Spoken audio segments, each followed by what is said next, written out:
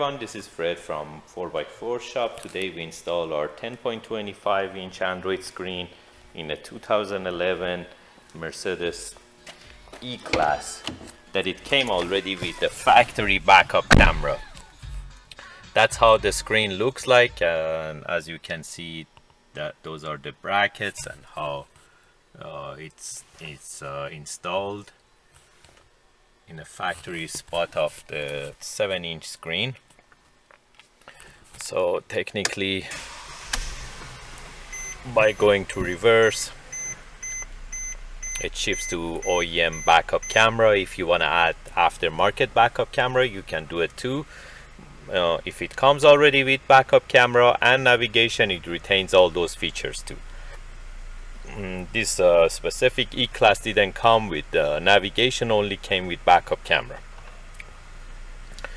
By going to park, goes back to aftermarket. If you're in factory mode, it goes back to factory mode. You can go full screen for the media player that it plays from my USB that I put it in the glove box. You can search other videos on USB.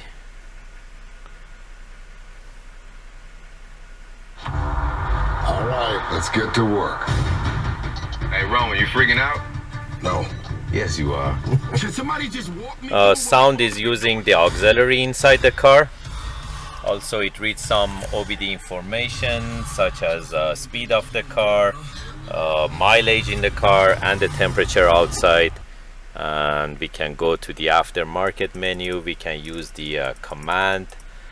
We can go to offline maps. We can go to apps, which online maps like Google Maps is already installed in the unit, or we can use the back button and go to FMCD, which it goes to the factory command of Mercedes. Right now I can go back to the FM or AM, and then by touching the screen I go back to the aftermarket mode. If you're interested to get these type of screens, you can give us a call at 905-604-4294, or you can buy them online from 4x4shop.ca. Thank you and have a great day.